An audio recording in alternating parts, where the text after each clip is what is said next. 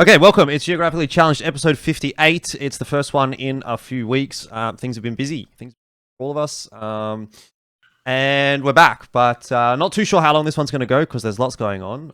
But we've got some things that we want to talk about, and so let's crack on into it. We've got Pilski and Bleh as usual. No real surprises. You guys know the drill. We've been here 57 times before. You know, I nearly said 1,000, but we're not quite there yet.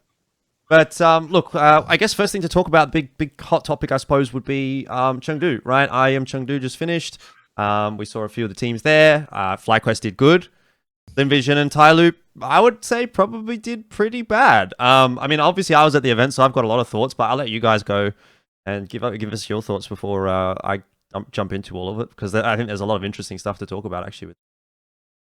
You can go sit down.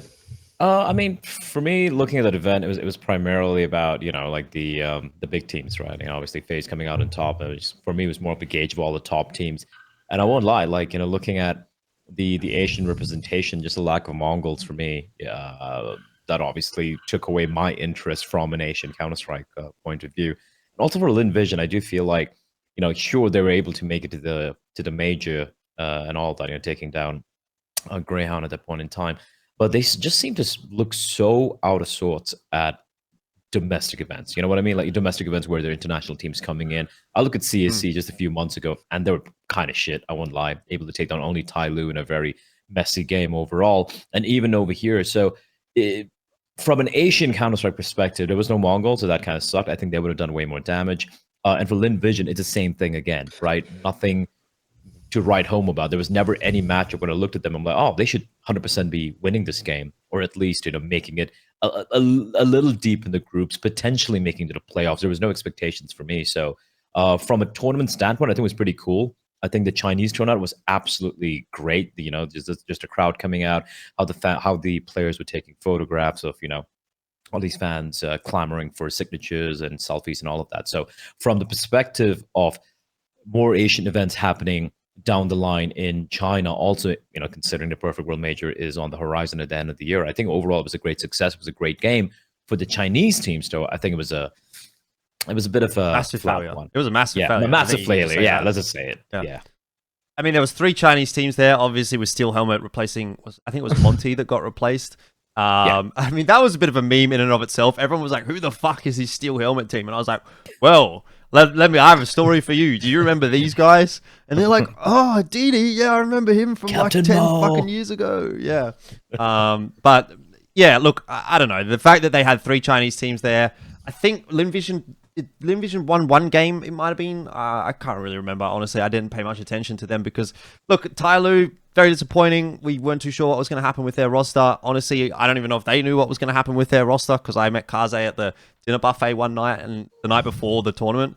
And I was like, "Are you playing tomorrow?" He says, "Well, you'll find out." And I was like, "Okay, interesting." Wow. We'll see what happens there. He did end up playing. I mean, look, I said as well, I think in between the choices of Lyrics versus Kaze, I feel like Kaze was the better option anyway at the time. But I don't know, the Tyloo, it just seems like it's fucking, who knows what the fuck's going on. There's Tyloo rumors as well that like Advent's going to go and make a new team with like Orman, Zoking, and a bunch of these other OG guys. And it's just like, you know, like, and then Tyloo's going to bring in Spine, I think, from New Happy or whatever. And it's just, who the fuck knows what's going on. I don't care at this point. I don't care anymore. But with that said, Tyloo's going to ESL Pro League. They're already there.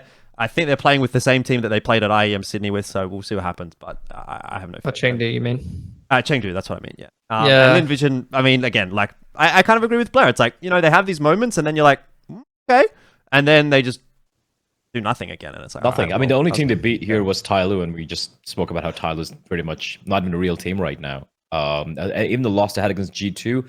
I think the scorelines can misrepresent what really happened. I think G2 were clearly the better team. Inferno, they let it slip a little bit, and they, you know, kind of pull off a bit of a cosmetic comeback, so to speak, by making a 13-11. But yeah, overall, Linvision, again, the only team I can look at in China and be like, all right, there's something, but that's it. There's something. Yeah, I think it's kind of like a little bit far away from where they were actually starting to put some upsets together here and there, or like push some of the teams at big events on a map or two. And I still think they have like some of that potential. Like Linvision, they put some good rounds together, or they like occasionally like one of the players will make like a really good play.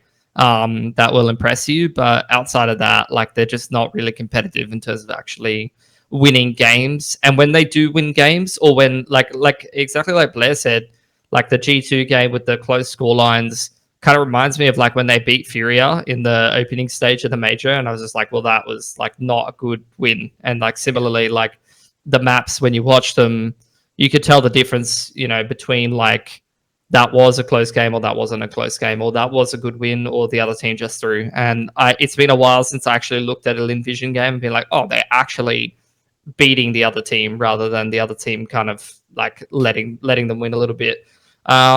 So yeah, I think that was sad, and I think it continues to be sad that like this is the year for big events in China, and like there's just no Chinese representation in terms of like teams that are competitive. At least like the fan turnout is not bad as a result of that. There's some countries where like, you know, if they don't have a home team, they're not gonna like rock up, you know, but or they're gonna like cheer and be biased. But hopefully, like it's a good sign that like, you know, the fans rock up regardless. And I know that the Chinese fans love the European CS players and all that kind of shit anyway. You know, they fucking wait outside the hotel. They love to get the signatures and all that kind of shit. So yeah, I think there's not too much bias in the fan base there, which is a good thing.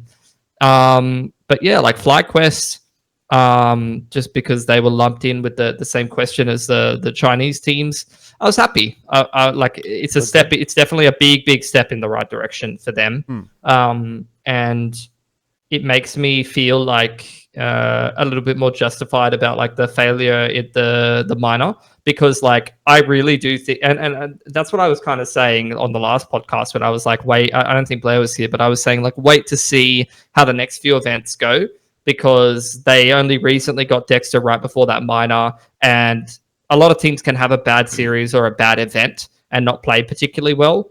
And if they play shit at the next couple of international events, then yeah, fine, they're probably just shit. But I think they showed here in Chengdu that they can be competitive, and they can beat some decent teams. Like I wouldn't get carried away about like struggling to beat Namiga necessarily, you know, or like playing a close game against a team like that. But even like some of the games that they were showing against some of the good teams, I was happy with.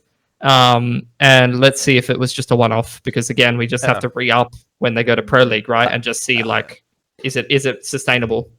I think it was, especially the game against VP was pretty impressive for me, because it was a real possibility of a 2-0 happening right there. And you know, and a team like VP is never easy to take down, even you know, when they had Mirror and they were having a few struggles right there. So overall, considering my expectations were pretty low for them, right? I feel like this, you know, just getting picked up by FlyQuest has injected a bit of confidence in themselves, and they seem to be more focused on what they need to do, right, to be an international team, not just the best in Australia. So overall, yeah, I'd have to take that as a win for well, APAC, so to speak. Yeah. I mean, one thing that I wanted to touch on pretty quickly here as well was, you know, obviously, yeah, look, FlyQuest, I thought they played well. Just to kind of cap that, I'm happy with what I saw. I actually think that's the best look that we've seen from that core of players in a couple of years, to be quite honest with you. So, you know, really happy with that, and I hope that continues in the Pro League. But obviously, we sort of kind of just got to keep a bit of an eye on things. You know, it could just be a one-game wonder. What I will say, though, and I'm sure you guys are looking at the notes and reading Zombie Apocalypse, and you're wondering, what the fuck is that? I mean, if you would have, you know, seen my Instagram or any of the players' Instagrams or anything like that, there was a fucking heap of fans everywhere. And it would be like one fan would like go up to a player or whatever, and then this like horde of fans would come along. Like, you know how like in a zombie movie, it's like this one zombie starts running and then they all just start going? It was kind of that same It depends vibe. on which movie you're talking about, Jordan. Is it like, you know, Night of the Living Dead, or is it like 28 Days Later where they just swarm? It's like more like 28 Days Later where they just all scary. swarm in. Yeah. You could get like a World War Z and they just stack up over a wall, and you think, yeah, this movie is shit. There was like that. There was like one night where we came back in the bus and like all the crew and the talent and stuff, no players, and there was like tons of fans outside the hotel, and like we were like, you know, in the bus and like going out, and they're all like obviously disappointed when it's not players that walk out the bus. It's not Nico. It's quite an amusing experience. It's Jordan. Yeah. White man. Look at him. Look, you know, on one hand, it was good. Obviously, it's really good to have passionate fans and see these guys that are like super excited about Counter-Strike, because again, as you've said, Shanghai Major's coming, and we want to see good turnout for the crowd, and the crowd was great. You know, they were cheering, they were making noise, they were really receptive to the guys that were working the stage and trying to get them hyped up. So overall, you know, it almost kind of felt a bit like IEM Sydney, but you know, like just in terms of how the crowd sort of interacted, but less Aussie and more Chinese, if that makes sense, just culturally. Which is you know, great. they were doing their thing, but they were doing their thing good. You know, like there's no complaints on that side. The one thing that I would say was I think it did get a little bit extreme, and if anyone's watched like Talking Counter or any of those other podcasts, the amount of fans that were in the hotel became pretty like awkward, even for me. And like I didn't sign a single thing. No one. There was one person who was like, Elfishguy, like when I walked out the hotel. You know, I was like, oh, hey, man, like HCS, woo. But, you know, like I wasn't getting harassed by anyone, basically, is my point. But when I'm going up and down in the lift and there's 5 Chinese guys in there just waiting for a player to get in the lift, I don't know if I think that's okay. If I'm having to get escorted by a security guard from the breakfast to the lift so that people don't harass me, which didn't end up happening anyway because no one wanted to harass me. But this obviously was a thing for players like Monacy, who was getting harassed at the breakfast by players. It was getting a little bit much. So, you know, there was a moment where like I was in the gym, you know, I was going for a run on the treadmill. Device was next to me, you know, it was cool. Like we're just doing our thing. And then there's this guy like standing behind us, just like lurking, basically waiting for him to get off the treadmill, so he could like interact with him. And I was like, this is just getting a bit much, you know. Like, there's not much you can do about it though. Like, I don't, you know, this is not to like blame ESL or whatever, but like they had booked rooms in the hotel to be able to do that. So what do you do at that point? I think the booking rooms hotel, that's kind of rough because this reminds me of what happened in Copenhagen for the major as well, right? Obviously, a lot of Danish Counter-Strike fans are waiting outside a hotel. We even had Chinese players as well waiting in the lobby. But we realized, I think, after the first week or so, the first few days onwards, what PGL did was they actually had their own security crew. They had the hotel security crew, so they were actually screening people. It was kind of like a safe space, if that makes sense, where if you want to walk around the lobby, sure, that's on you, but you're not going to be harassed at the gym. You're not going to be harassed at this one. And I feel like, again, you know, it's a very cultural thing. I don't know how it potentially works in China, but when they realize that, you know, they're going to be, at first, I don't even know how to find out the hotel is going to be, you know, this is a hotel where the player is going to be staying at, right? That's obviously something which is a bit surprising. Maybe it got leaked or someone told someone or whatever. But I feel like, that shouldn't be really happening. All you need is one crazy guy just coming up and like, you know, Elfishguy, I don't like what he said about Steel Helmet, and just like stabs you straight in the stomach, Elfish, and that's it. You know, it's over. It's all over. That's why we've never said anything about Steel Helmet. They are undoubtedly the best team in China. But just to add on to that, and this is something I really haven't spoken about much either, but we all know the stage storming thing that happened in Copenhagen, right? And that I feel is definitely going to change how not just PGL but every big TO treats fans. Now, obviously, this happened in China, so you know, and it just happened just immediately as well. So maybe they didn't think of it as much of a problem. But I feel like security, as this year progresses, or even like next year when we have all these big events happening all the time, it's going to be a whole different ball game. I don't think players are going to have as much access. Sorry, fans are going to have as much access to players as they used to. And I hope this is taken care of in Shanghai for the major, because that's not cool, man. Just having people waiting in the elevator. The lobby's fine, but in the fucking gym, that's crazy. They got to outsource it to people who are experts in that area. You know, like there are companies that do this kind of thing, and for a reason, you know, and are good at it for a reason. And really, for me, it's about the organizer not skimping on, you know, hiring the wrong people to do that job, because it's probably one of the most important things they can spend their money on. I just don't think like one bad interaction, it's just like, you know, what can you do?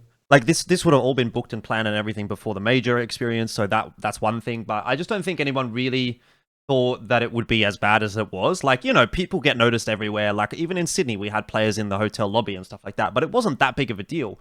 But it was on another level in Chengdu. And I kind of agree with you, Pilski. That's a great point. I think, like, obviously there's got to be someone somewhere that knows how to do this shit, because, like, you know, people like fucking Taylor Swift are going around the world, you know, and they're not getting harassed in their hotels, right? Or who knows even where they're. That's the thing. Actually, I knew where she was staying. She was staying in the Crown in Sydney, for example. Like, but you would never have been allowed in the Crown to begin with. If you wouldn't even been allowed close. And I'm not saying to the same extent, you know, with CS players as fucking Taylor Swift, obviously not. But like, probably something a little more needed to be done.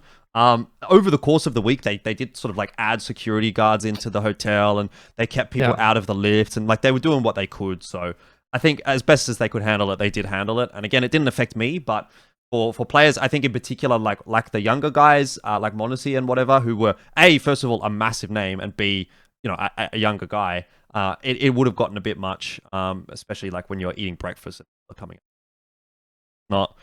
Not really what you'd want. So fair enough. On that topic, I guess moving on. Generally speaking, I thought though the event was quite good. Like there's a lot of complexity when you're running an event in China. There's no doubt about that. ESL obviously have their like local suppliers and stuff like that, and they were working with VSPO. I thought in general the production quality didn't suffer at all. It was a good show from my perspective, working on the inside. No complaints really on that front. So yeah, I mean, I thought, like going back to China was good. Some people liked it, some people didn't, obviously for various reasons.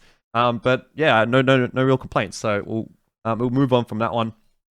Talk about Skyesports Masters, which was happening concurrently as IEM Chengdu. So I actually didn't watch any of this. I didn't really hear much about it, apart from the fact that Dinko nearly died in India. So I don't know if you want to get into that, Bleh, but I think that was pretty funny. Yeah, that was pretty funny. So Dinko and I, we rocked up. And I mean, we can just touch upon the event initially as well, right? So, obviously it was supposed to be on LAN, and they're like, we're still going to do the event. So actually, kudos to Skyesports for committing to it, right? Not just being like, we're going to cancel this event for now or postpone it. So they moved it online. It was unfortunate that a lot of the teams who qualified or played for it were teams who were kind of in flux when it comes to their lineups, or very new lineups. Like if you look at Big, for example, right? It just had JDC come in and Surson come back, so we didn't know where they were at. We only had Ents who were kind of a full lineup, but they looked kind of rough at the event. Aurora were the clear favorites. They won it. OG had a pretty cool lower bracket run. That was fun. But apart from that, a lot of teams with new players coming in, or teams which are kind of dead teams walking, like Forza, for example, where the core was kind of benched and just played this event. So from a Counter-Strike perspective, it wasn't the highest level of CS, right? I think Aurora played great CS overall. That was good. OG had some moments. That's about it. It was just basically Dinko and me doing both the, just the, how it is, the classic Elfish. The desk cast. Two guys sitting on the couch, you're casting the desk, the analysis, everything. So that was that. We showed up, rocked up a couple of days early. Because Dinko just, he had to come up, he had to arrive a little early because he couldn't get a proper flight. And it's in Pune, right? It's the smallest city. It's not in Mumbai, right, even though it's like an hour and a half drive from Mumbai. We were the first couple of nights are great. We go out, show him the Sight and Sounds. We eat a bit of some pretty good food. Pilski liked it. Maybe not you so much, Jordan. Had a few drinks. Good times, right? Good times. Yep. And then late at night, Dinko's like, I'm kind of hungry. I'm going to order a salad. He gets a chicken salad. And then next morning, when we're about to go to work, so the call time is at 5 p.m., right? 7 a.m. is like, man, just shitting my guts out all night long. I'm like, all right, it's going to be fine. Just give you a few minutes. It's like, I can't drink anything. I'm just throwing up as well. I'm like, that's not good either, but it's going to be fine. Then it's like, I think I'm throwing up blood too. I'm like, all right, we're taking him to the hospital. And we couldn't even take him to the hospital. He was so dehydrated. He couldn't even walk. So I called the hotel. They're like, what did he have? I'm like, your food, right? The hotel fucking panicked. It's a Hyatt, by the way. Dogs. It's a fucking Hyatt, by the way, like a full-fledged Hyatt. And they're like, oh shit. So the manager comes in, they call the doc. I have photos of Dinko in the trip being held, like an IV fluid line going to his arms in his room. It was pretty terrible, I won't lie. But the funny thing is, it's the second time in India. The first time in Bangalore is totally fine. The one time he orders food without me, chaperoning him, they just dies almost. Dude. And then we take him to the hospital. He's lying there, and then it's so funny, dude. Like, he was just lying. I'm like, you're gonna be fine, Dinko. He was like, we're gonna be fine. And then we had one of the Lucifer, who was a great guy. He works at Skyesports. He stood in for Dinko for the first couple of days. Dinko took a bit of a rest. Day 3, he's totally fine. And then I fall sick. And then I'm just sitting in a toilet the entire night. I'm like, holy shit, like, I've never been this broken in India ever from food. Like, there was something in Pune, man. And then I'm just fucking dying. And finally, I think it was on Saturday and Sunday, when the final 2 days where both of us are like kind of 80%. And then we finished the event, we're done. I'm like, Dinko, it was a pleasure. I hope I don't see you for a while. That's it. That's pretty much an event. That was the most eventful event ever. That's a story. There are more things. That's the best story of the event. And I'll tell you more things about it later on, maybe off camera. Don't want to piss off a few people. Not Skyesports, just like people in general who are probably from Pune. But yeah, that's that. All right, I see. One thing I will say is like I did one event in India, if you remember that Cobex Masters one, and Yeah. I notoriously have a pretty weak stomach as well, so I'm like super careful with what I eat when I go overseas. Actually, China this time was great. Like I actually didn't feel sick at all, not even once. But I'm almost a little bit glad that I'm not getting any of these like offers to go to Skyesports, because I'm a bit like, if I go, like I want to go, I want to do the event, but I don't really want to go to India to not that I don't want to go to India, don't get me wrong, but it's just I'm terrified falling sick. No, but that's the thing. having this I Dinko really experience. feel it just look. It's basically it's your scientifically speaking, it's your gut biome, right? Your gut bacteria is from a very different continent. So when I go to, for example, when I went to for the major and the RMR, I was there for quite a bit. So when I came back, the first couple of days, my stomach wasn't great either, but it wasn't like I was dying or anything, but there was a bit of indigestion because my body's getting used back to a different, like literally different gut biome and continent. So that's really what happens. And as long as you survive the first day, which shouldn't be bad, you're going to be fine. Nothing happened to Dinko the first time around, but this time both of us were dying, dude. We're sitting in the toilet and messaging each other. I got so close to Dinko. What's up? The difficulty is though, like he didn't do anything wrong. I mean, yeah, ordering a salad's kind of a noob move, but like you're staying at a fucking nice hotel, you're ordering the hotel food, you think it should be okay. I didn't do anything wrong either. It just happens, right? It's luck of the draw. It's the You know what I think we did wrong last time? Like when I got sick last time, we went out to like some mall or something, remember? And I remember having some kind of pasta dish in like some sort of bar or something, and it was a creamy sort of pasta dish. This was a mistake. I think is what. That was a noob move. But like you can only do so much, you know, and sometimes you just get fucked anyway. Or just fucking have like normal rice with like some curry. That beaten rice. It can't kill you. That's the safest thing. That is literally the safest thing. And everyone's like, "No, I'm gonna have a pasta." You're gonna have a pasta in Mumbai. You fucking idiot. Yeah. Anyway, that's exactly it. That was the event. It was a great time. All right, it's all right. Let's move on. We've got to talk about Rare Atom and their new lineup. Oh my god, we talked about Rare Atom going boom on the last episode. You missed that one, Blair, but you know, we were right as usual about everything. Of course. When it comes to the international rosters in Asia, didn't work out, obviously. Now they've made a new team, and it's Summer, Somebody, Child King, Risk, and Ahung. I think was Ahung on New Happy? Yeah, he was. Yes. And then, you know, obviously Child King and Risk we've seen around a little bit as well. So it's not like a complete unknown roster of players. And then I was watching them play in that Esports World Cup qualifier, the Asia qualifier, and they did all right. They were competitive with the Mongols, so I don't hate it. They beat Lin Vision and Tyloo.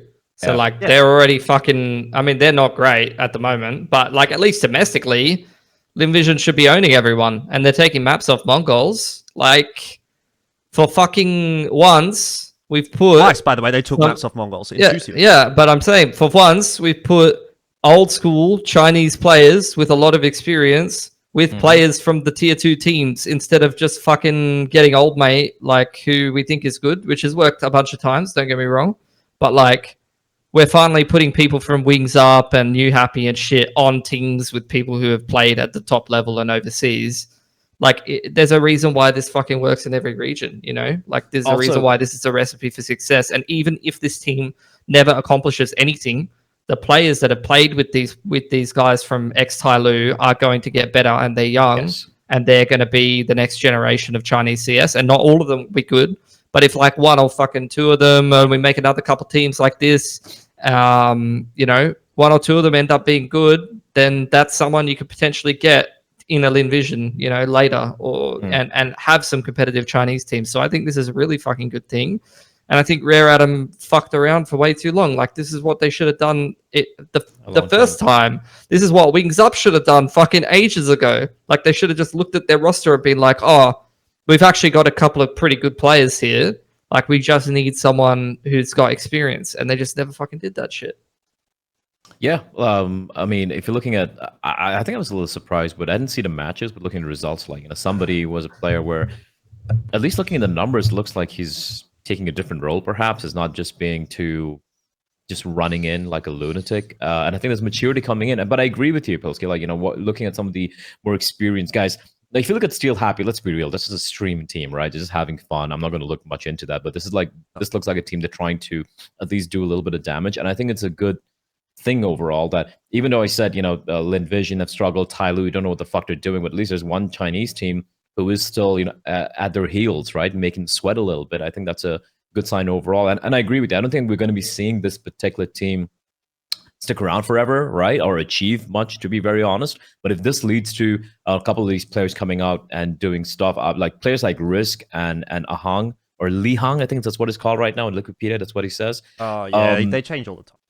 They change all the time. But look, I don't care if you change your names, as long as you come out of this and you're looking good and you're able to bolster a team, like you said, like a Lin Vision, or maybe you could be the missing piece for its Tyloo lineup, for example. So be it. That's great. So yeah, good stuff from Summer. Yeah, I think there's other players out there as well. What if Tyloo picks up Summer? Yeah, maybe. There's other players out there though, like Spine and like Tiger, not too bad from New Happy. It's not like there hasn't been these guys fucking playing, and a lot of these cores have been together for ages. Like that Wings Up core was together for ages. Like these fucking New Happy guys as well were coached by Carl for a while as well. It's like, yeah, so he's a old school 1.6er who used to play with like a lot of the big like Chinese teams and shit. So like these are the kind of things that's like, why the fuck have we not been doing this for ages now? It's like, why have we not been getting fucking Chinese players from early go, or like fucking 1.6s coaching? Let me just stop you there, and I'll tell you the reason. And it's because people like Advent are in the ivory tower of Chinese CS. And I know we touched on this just briefly at the start of the episode, but if I can read you this roster rumor that I've heard, I don't know if this is, but this is the roster that he wants to make. So Tyloo's new lineup, again, complete rumor, no idea if it's true or not. Mercury, Mosey, Attacker, Tiger, ZDR. That's the new Tyloo lineup, in theory, after this event. And Advent is going to make a new team, which is Advent, JamYoung, Ormond, Zoking, Freeman. So that's why, Pilski. Because it's just like, let's just bring all the old boys back again and make the exact same team that we had like in 2019 or 2018. What do you mean save JamYoung? Fucking save yourself. Why is he going to the team, Bleh? He's going to the team. Dude, like, this feels legit like Advent has completely, he's in JamYoung's mind. He's like, no, you're only good. Is this like the Advent grooming JamYoung fanfic that you're constructing right now? It feels like it's like he's grooming JamYoung so hard right now, and it feels illegal. It feels wrong. There must be a law against this, because this. I mean, come on, man. Sure, make your little happy team with with Zoking and Almond and everything. That's fine. I don't care, man. Dude, do your shit, but save not JamYoung. Fuck's sake, Advent. Anyway, who knows? Sake. I mean, anything could happen, and that could be completely off. But like, it's just telling that like these are the sorts of teams that are being like kind of talked about. Like, there has to be, where there's smoke, there's fire, right? Like, if this is being rumored, like maybe there's something going on in the background. Think about it though. Like this, I actually don't think this is the worst thing in the world, because it's bad if you want the Chinese team, like the best Chinese team, to come together and be good, which I don't even think you could do right now. But I think it's actually good for like the competitiveness of the Chinese region, where 100%. you have like Rare Atom, Lin Vision, then that Tyloo, you got the fucking Boomer squad, like you got Steel Helmet, who will come in randomly, buy fucking Deagle armor every round and sometimes beat you. Like, it makes no sense. Like, someone just gets a 4K. You got a lot of different teams floating around. Maybe that new happy team will like rejig something as well. I think it's like a good little scene of like a bunch of different teams that could potentially lead to some improvement and some roster shuffling over time until they get the combination right. I don't know. Yep. I mean, look, I don't actually necessarily hate it from the concept of Advent making this team. Like, I agree. I'd like to see JamYoung, go into. But you love it at the same time, because you're going to be clicking on every fucking HLTV page of every match they fucking play. He's got you fucking hook, line, and sinker. And then I'll screen free in your fucking head, Bleh. I'm just going to screenshot Advent's KD every time. I want to watch some good CS. Look, it's automatic at this point when I see them playing and losing. All right, how's Advent doing? That's 10 seconds of my life wasted. And if he plays bad, that's a minute wasted, because I have to screen crap that shit and we post it on Twitter for the fucking impressions. Fuck you, Advent. What I mean by I don't hate it is, like, I do think there is still some value in having like these old players kind of sticking.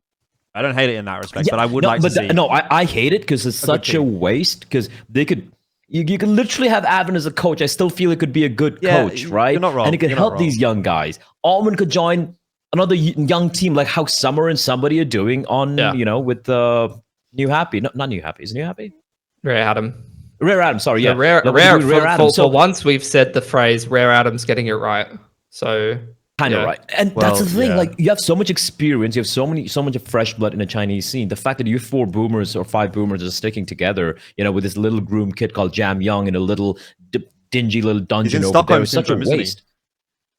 Shanghai syndrome at this point. It's fucking terrible. He's been playing so shit as well. I haven't even had my coffee yet. Fuck this. He's been playing so shit in some of the games, JamYoung. Like, it always happens to this 13. guy.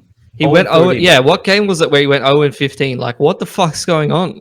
Was it against Tyloo or something? I don't know. No, sorry. Was it against my bad? Mongolz? It was Mongolz. Yeah, he went on Mirage. Oh no, on the first Mongolz that could make it close, and he's going 0-13, and we know he's not bad. It's just so fucked, dude.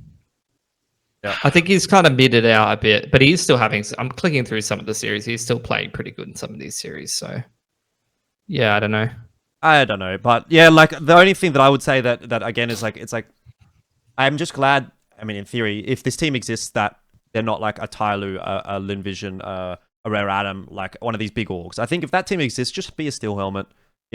Just fucking exist and have fun, but don't take the fucking money from the kids. That's fine with me. Anyway, look, moving on. Enough about Chinese CS. I saw quickly Rooster played in the Asia Super League. I don't know if you guys saw that. It's like a Chinese tournament, little one. That's a very un-Rooster thing to do, like play an extra tournament. I think they got an invite though.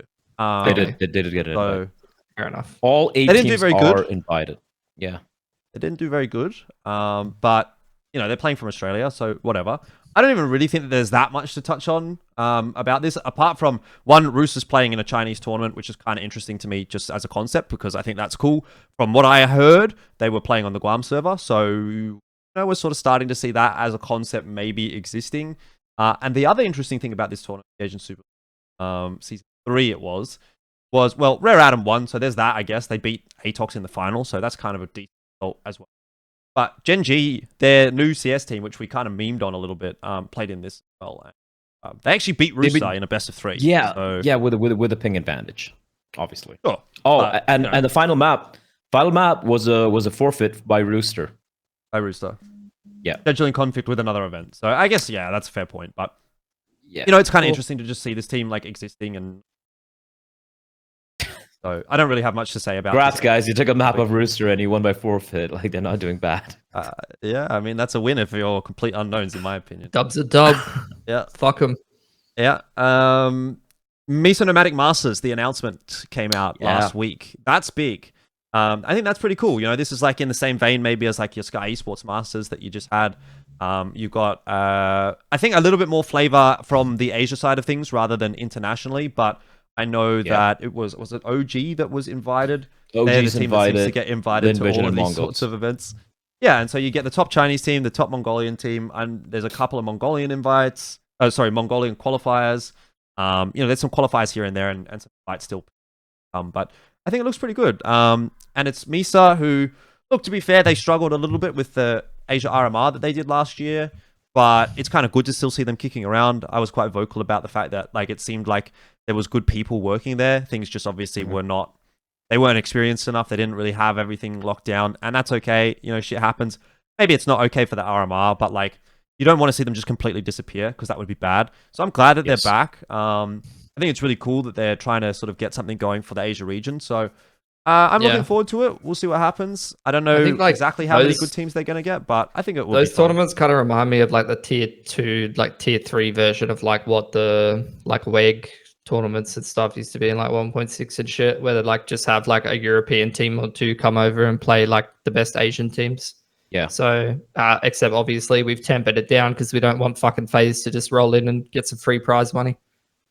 I do want to say if they're able to get maybe a couple more EU teams. By the way, this OG lineup, I was watching. They played in GET and Get Rio as well, and it was a bit of a scuff tournament with all. They're going everywhere. Holy fuck! Yeah, they must be so jet lagged. I saw them play at Skyesports as well, where they reached the grand finals, taking down. I think they They took that NIP, Big, and some decent names, right? Albeit it was all online. They were looking pretty decent, dude, honestly. Like, they have this new Opera Moto who is playing the TSM. He's a bit of a stand-in situation right now, but it seemed to be keeping him as a temp stand-in for the time being. So as a team, obviously they play pretty solid CS. They're top 32, 33 in the world right there. So them coming in, if that's going to act as a bit of an incentive for maybe, I don't know, like an Aurora, right? Like some of these top 25, top 30 teams from EU to come on in, and you have Mongols and you have Linvision, a few Asian teams. It could low-key be a fun event, right? Like a clash of styles. And like you said, it could be one of those old WEG events where we could see some interesting results. So I'm excited. I think it's very good. And when it comes to Asian Counter-Strike overall, obviously we have the Chinese guys, a Perfect World, and ESL doing events, PGL doing events over there. We have Skyesports trying to do their thing over in South Asia. And now we have that, we obviously know Mongolia has a pretty strong tournament structure overall, but it's been very domestic with maybe a few Chinese teams coming in. And if they can make theirs as one more stop for certain few teams from EU to play against teams from the region, I think that's great overall. I think it's fantastic. The only thing that I'll say about this event, I think the last time they ran it, which was 2022, it was a Blast qualifier. I don't believe that there's any association with Blast this time around. I think that was for Paris, right? Like for the no. They did the Asia RMR for Paris, but the Blast, the MESA Spring Masters, that was the one, the NKT one, if you remember. That was like a qualifier for like a Spring Showdown or something like that. Yep. So there's no qualifier attached to this one. It's just the event. But, 100K prize pool, obviously that's big for Asia, but, a few of these teams, tier 2 European teams. So, I don't know. I mean, I think, like if they somehow can continue to do this off of their own volition as well, I don't know if maybe there's like some kind of government involvement here, because I know that the Mongolian government generally has a little bit of an investment into esports in some way, shape or form, or not necessarily investment, but they don't just completely ignore it, so to speak. So I think that maybe there'll be something there. Probably people in the chat can actually tell us. You guys can leave a comment if you're from Mongolia and you know a little bit more about this than we do. Is there something going on with the Mongolian government? Maybe what's the incentive? How are they actually making this happen? Because I feel like this is a pretty big job to be doing for a Mongolian company. But yeah, well, hopefully it'll go well. And look forward to it. So all the best. But we'll see how it goes, and obviously we'll report back and hopefully it'll be good news. Someone wanted us to talk quickly about how we think Mongolz and Tyloo are going to do at ESL Pro League. I mean, I think, yes, for me, very quick and dirty would be, I think Mongolz will do okay. I'd like to see them, do something maybe in the same vein as what FlyQuest was able to do at Chengdu. I'd hope to see them, continue their solid performance through from the major, which is sort of the last tournament that they played. I feel like we really did miss out a little bit by not having them at Chengdu. It would have been good to have them instead of Steel Helmet or Tyloo. But here's their opportunity to kind of continue that role going on. And for Tyloo, I mean, I don't really have a huge amount of faith at this point, unfortunately. It seems like the team's just on its last legs, and so their factor's pretty low, unfortunately. I'm looking at the brackets as well. Mongolz same. Potentially meet Tyloo, and they're going to beat them again. That's about it. I think Mongolz could do some damage. They're going to face Falcons to start things off. Falcons' new team overall. And I think Mongolz, with the major run they had, I feel they've broken past that little mental barrier or ceiling where they're like, hey, we can actually take on some of these teams or make things close at the very least. So, yeah, I think Mongolz can do good. If they reach the playoffs, I think they'll be fucking huge. A lot of teams are going to make it. I think it's definitely possible. Like, looking at this bracket, obviously they've got on their side of the bracket a lot of the strong teams. Falcons probably wouldn't beat Falcons. Probably wouldn't beat G2. Definitely will beat Tyloo. But I think once you start to break it down from there, I think those are where we get into these weird matchups where, look, if they go into the lower bracket, they play someone like Sharks, I'm pretty confident. BetBoom and M80 are those teams where it's like, those teams can really show up sometimes. And I think those will actually be pretty good games. And if that's like a qualifier game to go through playoffs, Mongolz versus one of those teams, I actually think that would be low-key like a good game and a good kind of clash of styles from different regions. And that'd be a good one to tune into. And if they can pass the test of beating like BetBoom, I'm not sure about BetBoom's form at the moment. Their lineup's a little bit different from what I remember. They got a new player, it looks like, but I know M80 is really good at the moment. I've been seeing Mongolz absolutely just like fisting NA right now. It's insane. Like the numbers he's putting up against the NA teams is crazy. So yeah, I'd be keen to see Mongolz versus Mongolz and see what happens, to be honest. Starting pretty Yeah. a couple of days. So yeah, look, I think whatever. I mean, there's not really too much to say. We'll talk about it after it's done and those results have come through. But the other sort of somewhat meaty topic, I guess, of the day is the Mongolian Shuffle. Again, we've got obviously a lot of Mongolian viewers, and they're interested to hear us talk about what's going on in Mongolia. And yeah, I guess with the context that there is a big tournament in Mongolia in a month's time, which I believe 2 teams will be attending. Well, in addition to the Mongols, 2 teams get a qualification spot. Probably prudent to maybe just touch on things. Few roster changes going on there. NKT, I think the biggest ones for me, like just looking at this list, which for the fans that want to see it, I believe you can look on A's channel. It's Meta K on YouTube. He did a recent episode. It would be in Mongolian, but the document that they're working off of, you can read in English if you're interested. If you don't know where that is, I'll maybe put a link in. It's just got a list of all of the teams as they stand right now. So no changes for Mongols, fair enough, expected. ATOCS, no changes beyond the ones that we've already talked about, which was Annihilation. Huns seem to be going through quite a lot of changes. And then NKT as well, making some big changes. Then there's this new IHC roster as well, which is one to talk about. Dingus Warriors existing. Zilkenberg's back. That's kind of fun. So there's quite a few teams in this list that I think are pretty interesting. But yeah, for me, the biggest news would probably be Yami out of the Huns and moving over to NKT. Hastecker as well. Like Hastecker going from Clutch. Because Hastecker's actually been in pretty good form. Like Hastecker, I think what the narrative around him from some of the Mongols was sometimes maybe good, sometimes he needs to get kicked. I've actually been watching him in ECL literally fisting Lin Vision and like wide swinging them and fucking destroying them. And I was like, I actually do not understand what's going on. I remember one game where Clutch Gaming, which is literally just like, looks like a really disorganized like Mongolian pug team, basically beat Lin Vision on Nuke. And it was literally just Hastecker wide swinging absolutely fucking everything and dropping almost 30. So he's playing with confidence at the moment and he's looking good. I think that NKT roster, it could be promising. I'm liking the mix of Yami and Hastecker in that one. That's interesting to me. Huns has been disappointing like compared to the names that they have. The Chinggis Warriors one is an interesting one, I suppose. We're fucking bringing Zilkenberg out of the fucking retirement home again, I guess. He's been kicking around every now and then. I think for him, I see him like every now and then. I look at like some Mongolian qualifier and like Zilkenberg's in like some random roster. And so I'm not too surprised to see him just like popping up. I don't know how like super serious business that team is, but like, you know, Zerolt, News, Fury, they've all been around a while and like kind of grinding away. So maybe they're giving it a proper crack. Yeah, again, it's good to see. Like, obviously, there's a lot of these teams. This looks like a pretty competitive, like domestic league to me. I'm happy with what I'm seeing here. It's no wonder that like teams like Mongols and ATOCS are doing so well at the moment when they've got a couple teams to push them a bit. All right. Well, that's about that. We have one viewer question, and this one could be an interesting one as well. This is from John, who asked this a few weeks ago. We just haven't had an episode since. How much can be projected about 2025 off the schedule? It looks absolutely chaotic, and it's still 8 months out. But is it likely Asian/OST teams will get a fair shot at all the events? My take on that would be, I think it's still too early to tell what exactly all of this is going to look like, because basically at this stage, all we really know is like ESL, Blast, PGL, and Starlighter have all gone, okay, these are the dates that we're doing a tournament. And if you know the calendar, like you can look at the ESL dates and go, okay, we probably know what those events are. Same for the Blast dates. But for PGL and for Starlighter, we have no idea really what their events are going to look like necessarily, what kind of the scope of that will be, unless you have some inside information, which is certainly not public at this point. And beyond that fact, it's like, okay, even if these are, you know, events maybe which you would expect, it's like, do they get an O slot? Is there an Asia slot? Really hard to say at this point.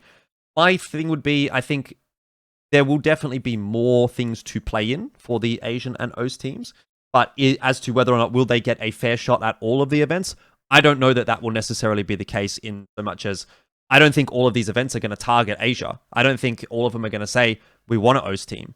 There might be 8-team events in Europe or something like that, so I'm not sure that necessarily we'll see every event have an Asian OS team, which would be quote-unquote fair, I suppose, but on the same topic, I think there will be more things that pop up, like this MESA Nomadic Masters, like Skyesports Masters, like whatever random event pops up in Asia, Extremes and stuff like that. I feel as though there will be more events in Asia. So I feel as though there will be more events for the Asian teams to play, but I don't necessarily know that it will be from those big four necessarily. Though there will obviously be, IEMs and whatever and stuff like that for things to play in. I think for me, it's going to come down to the fact, about the rumors of no more RMRs, right? Next year. Yeah, that's a big one onwards. For sure. That's a big one. So that means that all these events, primarily your PGL, your Blast, as well as your ESL events, are going to be just playing this tournament is going to be imperative if you want to have enough points to qualify for the major. Again, there's a big assumption I'm making here, but from what I've heard, looking at the calendar as well, and from Richard Lewis mentioning on in his podcast, it does seem like it might be heading that way. Now, if that is going to be a reality, these online qualifiers happening in Asia for these three big TOs, it's going to be extremely competitive. So when you're talking about like the top teams like Mongolz, Linvision, FlyQuest, having more opportunities to play these events, I think that's 100% going to happen, right? Again, with the caveat that they're going to be winning these qualifiers. But I feel like, the qualifiers are going to be way more intense, way more competitive. Because if you fuck up in the qualifiers, there's no chance. There's not going to be any open qualifiers, closed qualifiers for the RMR. There are not going to be any RMRs, right? So it's going to be a big switch up. And I think this kind of does hurt the opportunities of the Asian teams as opposed to EU, because for EU you have way more events to play, way more, not just the big events, you have like all these other events happening at the same time, which is going to be adding on to your points, which are going to accumulate to qualify for the major. Well, whereas for Asia, events like your MESAs, events like your APL, like in the Asia Pro League and all these events, it's going to be, I think a lot more teams are going to be playing it to accrue those points, right? So yes, in a way, it's going to be, I think we're going to have more opportunities for the top teams, but not necessarily for the lesser teams. They need to grind it out a lot. But again, we have to figure out, we have to wait and see, how it kind of plays out here. Yeah, I mean, I actually don't really know. It could be a good thing, it could be a bad thing. I think it's good that there's been a precedent set this year that like Asian teams are getting opportunities to go overseas to a lot of things. And I think that as long as a lot of these events have already shown like an interest in the region and opportunities to the region, then I think that's kind of been like going to be the most important factor. Like if the TO already has like had opportunities for those regions, then that's something that you can probably bank on them being interested in doing again. And I think that, I think that there's going to be like, I'm hoping that in a messy calendar that has a lot of overlap, there'll be more room maybe at some events for other teams I'd say from that elsewhere. you'll have like more like tier 1.5, tier 2 type event, like these Skyesports Masters events, which like clash. For any CS fans from pre-COVID, know that's not necessarily a good thing, depending on how elitist you are. If you're elitist about the quality of CS at events, then you might not like it. No, if you want but that's the thing. Like every event pre-COVID was like, this event was good, but this team wasn't here.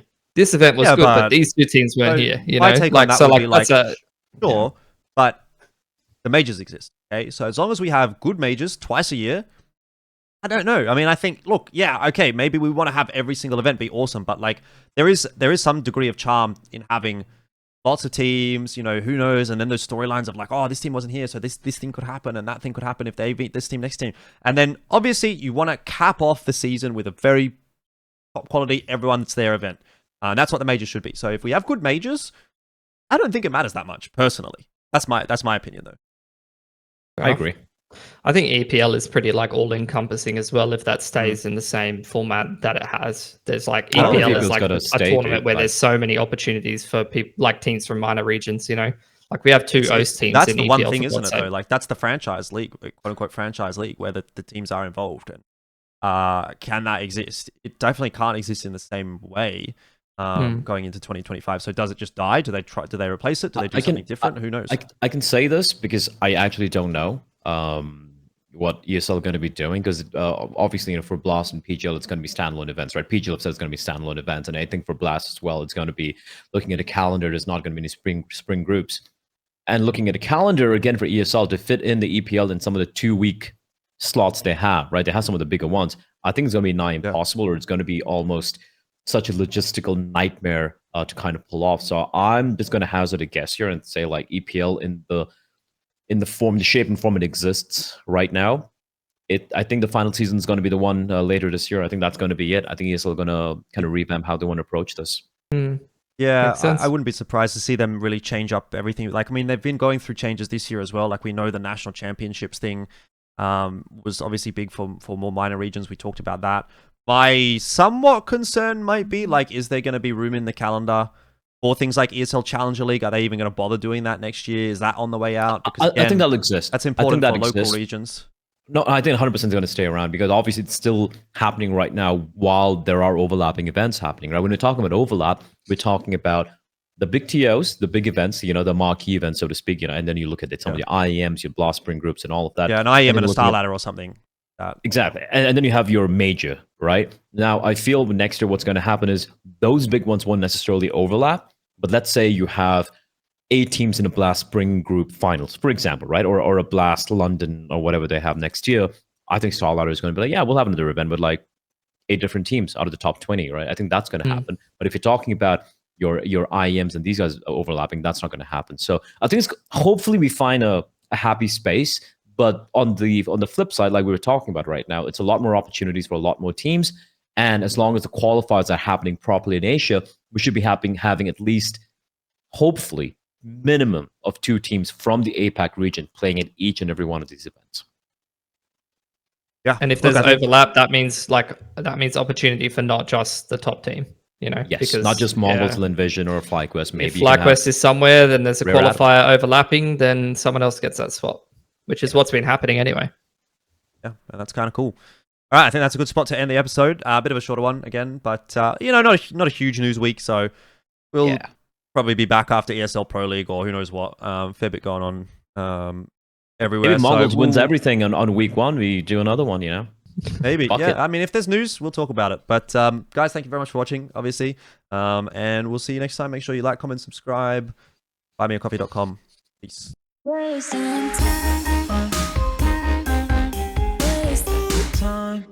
Hey guys, just at the end of this video, I'd like to give a quick shout out to Jean, who is my first supporter on BuyMeACoffee.com. If you'd also like to support me financially or any of my content, make sure to check out the link. It is in the description box below.